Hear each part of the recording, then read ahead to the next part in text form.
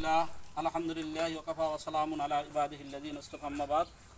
ইনশাআল্লাহ আজকে আমরা আমানতগঞ্জ মৌজা জমির পরিমাপ শুরু করতেছি। আমরা আমানতগঞ্জ বরিশাল সিটি কর্পোরেশনের 4 নং ওয়ার্ড আমানতগঞ্জে আমরা জমির পরিমাপ শুরু করতেছি। ইনশাআল্লাহ আমি মাওলানা মুফতি মোহাম্মদ বেলাল হোসেন জিহাদি বাংলাদেশ সার্ভে রেজিস্ট্রেশনের ধর্ম বিষয়ক সম্পাদক কেন্দ্রীয় কমিটির দায়িত্বশীল। ইনশাআল্লাহ আমি আমার জানা মতো 1 ইঞ্চি জমি কাউকে বেশি কম দেই না। যদি 1 ইঞ্চি জমি বেশি কম দিই মৃত্যুর পরে আমি দায়ী। যদি আমার জানা মতো 1 ইঞ্চি জমি কাউকে বেশি কম দিই, ওই 1 ইঞ্চি জমি 7তম জমিন আমার গলায় বেঁধে মৃত্যুর পরে শাস্তি দান করবে। এটা কে বলছে? আল্লাহর নবী। বুখারী, মুসলিম, তিরমিজি, নাসাই, সিত্তার হাদিস আল্লাহর নবী বর্ণনা করছে।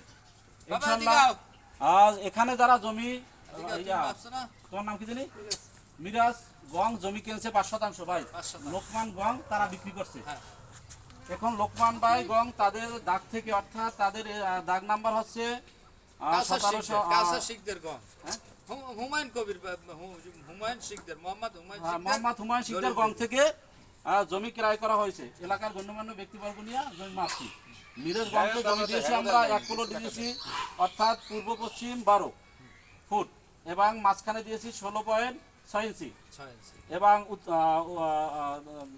অর্থাৎ দক্ষিণ উত্তরে দিয়েছি 12 ফুট আর মাঝখানের প্যাডে দিয়েছি 16 ফুট 6 ইঞ্চি এবং আমরা পূর্ব পশ্চিমে দিয়েছি 100 ফুট, আবার দক্ষিণ সাইড দিয়ে পূর্ব পশ্চিম 100 ফুট। পক্ষান্তরে দ্বিতীয় প্লটে আমরা জমি দিয়েছি 1 শতাংশ 77 পয়েন্ট, তাকে জমি দিয়েছি অর্থাৎ এক বাহু থেকে, অর্থাৎ পশ্চিম পূর্ব বাহু দিয়ে দিয়েছি আমরা 54 ফুট, দক্ষিণ সাইডে পূর্ব পশ্চিম বাহু দিয়েছি আমরা 56 ফুট এবং পশ্চিম সাইডে আমরা দিয়েছি 12 ফুট এবং মাঝখানে প্যাডে 16 ফুট 6 ইঞ্চি। এই টোটাল আপনার 3 শতাংশ 23 পয়েন্ট, 3.23 যোগ 1.77, এই মোট 5 শতাংশ জমি তাকে আমি দিয়েছি। এক্ষেত্রে আমি জানা মতো 1 ইঞ্চি জমি আমি কম বেশি দেই নাই। ইনশাআল্লাহ যারা ফিতে ধরছেন কি দিয়েছেন? ফিতে যারা ধরছেন তারা 1 ইঞ্চি কম বেশি দিয়েছেন। যদি ফিতার মধ্যে চুরি করে থাকেন ওই দায়ভার আমি না। যদি 1 ইঞ্চি জমি বেশি কম দিয়ে থাকেন 7তম জমি আপনাদের গলায় বেঁধে মৃত্যুর পরে শাস্তি দান করবে, এটা আল্লাহর নবী বলছে।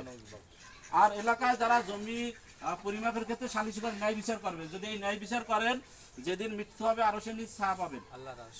কি যেদিন মৃত্যু হওয়ার পরে আরশের নিচে ছায়া পাবেন ন্যায় বিচার করলে। জমি কেউ কম বেশি খাবেন না। ইনশাআল্লাহ যারা আমাকে পছন্দ করেন 64 জেলা আমাকে ডাকবেন। 64 জেলায় গিয়ে আমি সঠিকভাবে নকশার মাধ্যমে সীমানা নির্ধারণ করব, সালিশির মাধ্যমে সঠিক সমাধান দেব। মৃত্যু পর্যন্ত যাতে এভাবে মানব সেবা করতে পারি, এটা মৃত্যুর পরে আমার নাজাদের উসিলা হয়। সকলের কাছে দোয়া চাই ইনশাআল্লাহ।